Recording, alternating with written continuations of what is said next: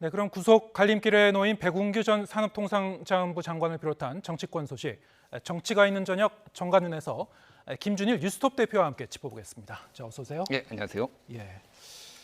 자, 이 산업부 블랙리스트 수사와 관련해서 이제 이 백운규 전 산업부 장관에 대한 영장 발부, 오늘 밤이나 늦어도 내일 새벽에는 이제 이 발부 여부가 결정이 될 걸로 보이는데요. 정치권에서 이제 촉각을 곤두세우고 있죠. 일단 이 사건에 대해서는 직권남용 혐의가 적용됐어요. 예, 그러니까 내용을 좀 정리를 해드리면은 네. 2017년에서 2018년에 이제 산업통상자원부 산하의 공공기관들이 있잖아요. 여기에 이 13개의 기관장들한테 사직서를 내라. 이렇게 얘기를 한 것이 있고요. 또 그리고 산하기관의 후임기관장과 관련해서 본인이 점 찍은 사람을 이제 부당하게 지원을 한 거. 그리고 또 하나는 이제 임명이 됐는데 임명 전에 그 시행한 내부 인사를 또 취소를 지시한 거 이런 이제 혐의들을 받고 있습니다. 그런데 이게 단순히 본인이 이거를 한 게 아니라 청와대에서 지시를 받고 했다. 이게 이제 좀 핵심적인 쟁점이죠. 그러니까 그렇다라고 한다면 이거는 청와대 윗선까지, 그러니까 문재인 청와대 윗선까지 지금 수사를 해야 되는 거 아니냐. 그러니까 이게 이제 워낙 걸려 있는 분들이 많으니까 이게 굉장히 이제 정치권에 큰 파장이 지금 일고 있는 그런 상황입니다. 지금 그 법원의 결정 결과를 이제 지켜봐야 되겠습니다만 만약에 이 영장이 발부가 된다면 그건 어떤 의미가 있는 겁니까? 일단은 이제 우리가 그냥 전통적으로 얘기하면은 예. 구속영장이 발부되는 거는 두 가지죠.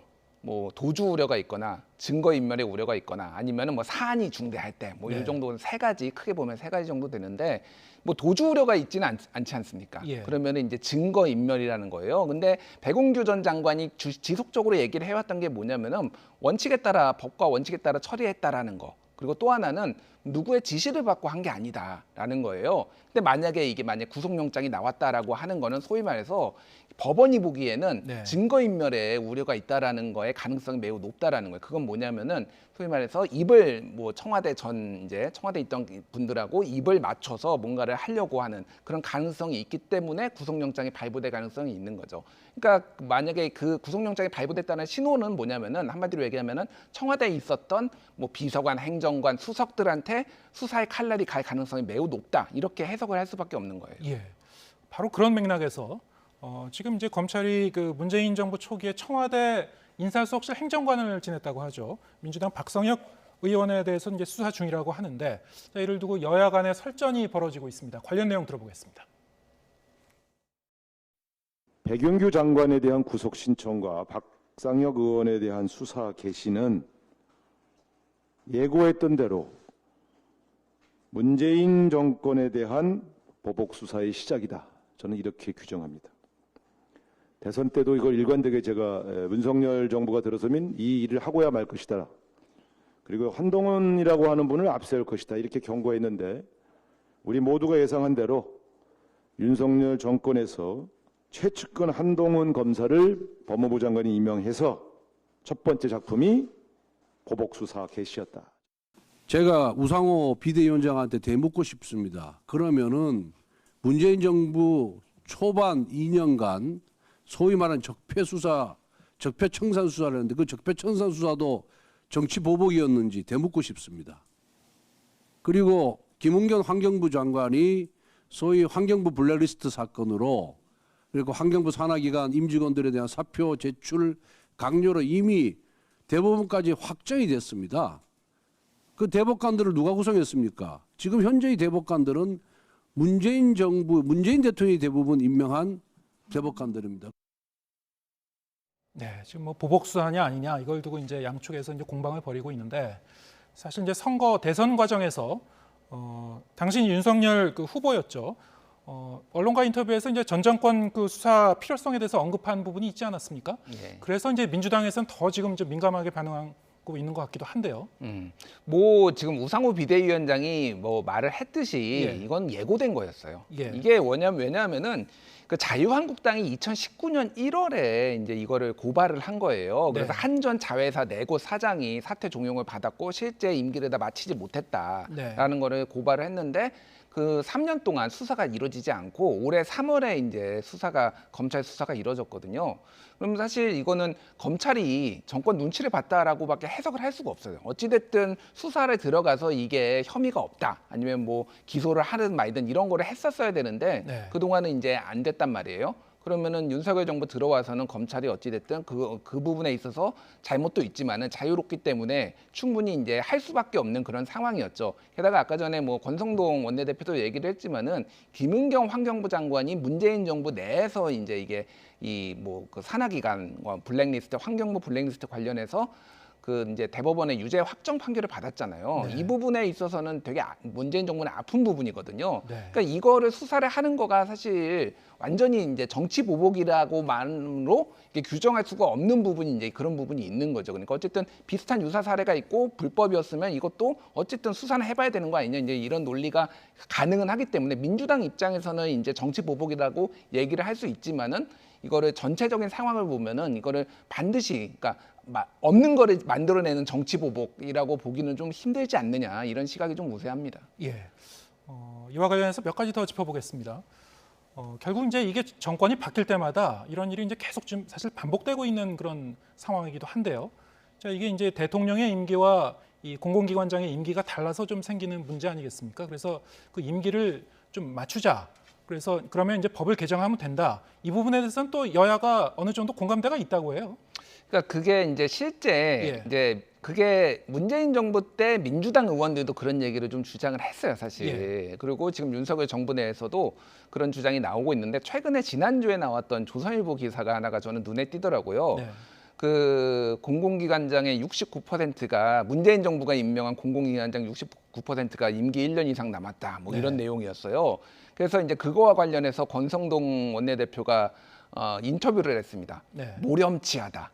그게 한상혁 방통위원장하고 이제 전현희 권익위원장이 언급이 되고 있었는데 이제 예. 모렴치하다라는 거예요. 그러니까 지금 현 정부도 사실은 고민입니다. 그러니까 현 정부의 국정 철학과 함께하는 사람들을 임명을 하고 빨리 같이 가고 싶은데 전 정권에 임명한 사람들이 많이 남아 있고, 그런데 이렇게 하면은 이제 블랙리스트 작성해서 뭐 나가라고 한다든지 이러면은 이제 다 이제 직권남용이 되는 게 사례가 판례가 생겨버렸잖아요. 예. 그렇게 못하니까 지금 우회적으로 이렇게 압박을 하는 게 하나가 있고, 언론을 통해서 압박하는 거. 그리고 또 하나는 이제 그런 공공기관을 이제 임기를 맞추자. 그래서 2년 반씩 해가지고 그러면은 5년이니까 대통령 임기가 전반기에 2년 반, 후반기에 2년 반 이런 얘기가 나오고 있는데 네. 민주당이 문재인 정부 때는 그거를 이제 얘기를 했지만은 지금 그거를 맞춰줄까? 예. 저는 조금 회의적으로 봅니다. 그러면은 또 당내 강성 지지자들이 굉장히 반발을 할 거예요. 그렇기 예. 때문에 그거는 좀 쉽지 않아 보입니다. 쉽지 않을 것이다. 네. 이게 이제 사실은 간단한 문제가 아닌 것이 지금 산업부 블랙리스트 수사를 하고 있습니다만 국민의힘 같은 경우에 이제 이 외에도 5개 부처에 대해서 이미 이제 고발한 건들이 또 줄줄이 있어요. 외교부, 뭐 교육부, 국토교통부, 여성가족부, 또 농림축산식품부까지 이미 이제 동일 혐의로 이제 고발한 바 있기 때문에 자, 이것이 산업부 사건 같은 경우는 뭐 그 윗선까지 뭐 수사가 확대될 것이냐 안 될 것이냐 이걸 지금 주목하고 있는 상황이지만 다른 부처로도 이제 또 확대될 수도 있고 그래서 이 추이를 좀 지켜봐야 될 것 같은데 자, 이게 이렇게 되면은 지금 이미 그 전 정권과 관련한 사건에 대한 수사가 본격화되고 있는 거 아니냐. 그래서 민주당이 바짝 긴장하고 있다는 말씀이죠. 네. 자, 그러면 뭐 가뜩이나 민주당 내부에서는 여러 가지 뭐 쇄신을 하느냐, 개혁을 하느냐, 뭐 세대 교체를 하느냐 여러 가지 이 담론이 나오고 있는데 오히려 이제 강경 세력의 목소리가 상당히 높아지지 않을까요? 어떻게 전망하시는지요? 그렇죠. 이제 수세에 몰리면 민주당이 지금 수세에 몰려 있는 상황이고 앞으로도 줄줄이 지금 수사가 예고돼 있어요. 특히 이제 이재명 고문, 이재명 의원에 대해서는 대장동 배임 혐의 관련해서 지금 검찰이 들여다보고 있다. 그래서 최근에 언론 보도도 계속 나오고 있잖아요. 그렇다라고 본다라면은 이게 이제 소위 말해서 문재인을 지키자. 뭐 이재명을 지키자, 이제 지키자 모드로 간다라면은 더 이제 강성파들의 목소리가 더 강해질 수가 있고, 지금 그래서 우상호 비대위원장이 각 개파들 모든 의원들이 다 자유롭게 토론을 하고 당의 방향을 만들어 보자 이렇게 얘기를 했는데, 오히려 좀 누구를 지켜야 된다는 목소리에 조금 이렇게 다 묻혀버릴 수가 있어서 당 쇄신도 굉장히 어려워질 가능성도 있다. 그래서 뭐 뭔가 정치적 의도를 가지고 검찰이 했는지는 여부는 알 수 없으나, 결과적으로 보면은 상당히 민주당의 내용을 더 짙게 만드는데 이 검찰 수사가 영향을 미치고 있다, 이렇게 볼 수밖에 없을 것 같습니다. 그렇게 되면 이제 민주당 내부적으로도 상당히 좀 그 난감해지는 그런 상황이 될 것 같은데, 좀 고민이 좀 깊어질 것 같습니다. 자, 그런가 하면은 이제 이 지금 김건희 여사의 봉하마을 방문과 관련해서 이런저런 얘기가 나오고 있죠. 당시 이제 방문 당시에 지인을 이제 동반한 그 사실이 이제 확인이 됐는데, 이게 과연 적절했는가, 뭐 논란이 일고 있는 것 같아요. 일단은 뭐 대통령실의 입장은 원래 이게 비공개 행사였다, 네. 이런 얘기를 했습니다. 그런데 비공개 행사인데 모두가 아는 비공개 행사였죠. 사실은 그렇죠. 뭐 그러니까 언론에 알려지지 않은 것처럼 엠바고처럼 이렇게 얘기를 했지만은, 언론이 뭐 권양숙 여사를 그러니까 김건희 여사가 만나는데 어떻게 거기에 취재진을 안 보내겠습니까? 네. 그러니까 이거는 처음부터 비공개 행사라고 말하는 것 자체가 조금 이제 좀 어불성설이다, 제가 보기에는 그렇게 생각이 들고요. 그래서 이제 이게 역대 이런 일이 없었죠. 그러니까 대통령 배우자가 어떤 사실상의 공식 행사 뭐 이런 거를 하는데 개인적인 지인을 이렇게 데려가고 같이 가고 이런 것들이 없었기 때문에, 근데 뭐 윤석열 대통령도 본인이 정치 초보라서 뭐 그런 취지의 말을 했잖아요. 이제 네. 이런 일들이 좀 익숙지 않다, 좀 고민해 보겠다라고 했는데, 이거는 정치 초보고 아니고의 문제가 저는 아닌 것 같습니다. 그냥 공적인 일은 공식 라인으로 하는 거고, 사적인 일은 뭐 이를테면 개인이 하는 거죠. 그러니까 뭐 영화 보러 간다든지 빵 사러 가는 거는 그냥 개인이 하는 거고, 네. 대통령 배우자가 이를테면은 뭐 권양숙 여사 뭐 이런 분들 뭐 공적인 일로 가면은 당연히 개인의 지인이 가면 안 되는 거죠. 그거는 뭐 이거는 좀 그렇게 얘기를 하시는 것 자체가 저는 솔직히 좀 잘 이해가 안 되더라고요. 네. 지금 이제 동행한 그 지인들 보면은 일단 그 충남대 무형학과 겸임 교수라는 분이 이제 따라갔죠. 근데 이제 이분 같은 경우는 이제 지금 알려진 바로는 고 노무현 전 대통령 묘소 참배는 같이 동행했지만은 이제 권양숙 여사를 이제 면담하는 자리에는 뭐 참석하지 않았다고 지금 얘기가 되고 있고, 그래서 뭐 그 묘소 참배까지는 갈 수 있는 거 아니냐, 뭐 좀 이렇게 얘기를 하고 있는 것 같아요.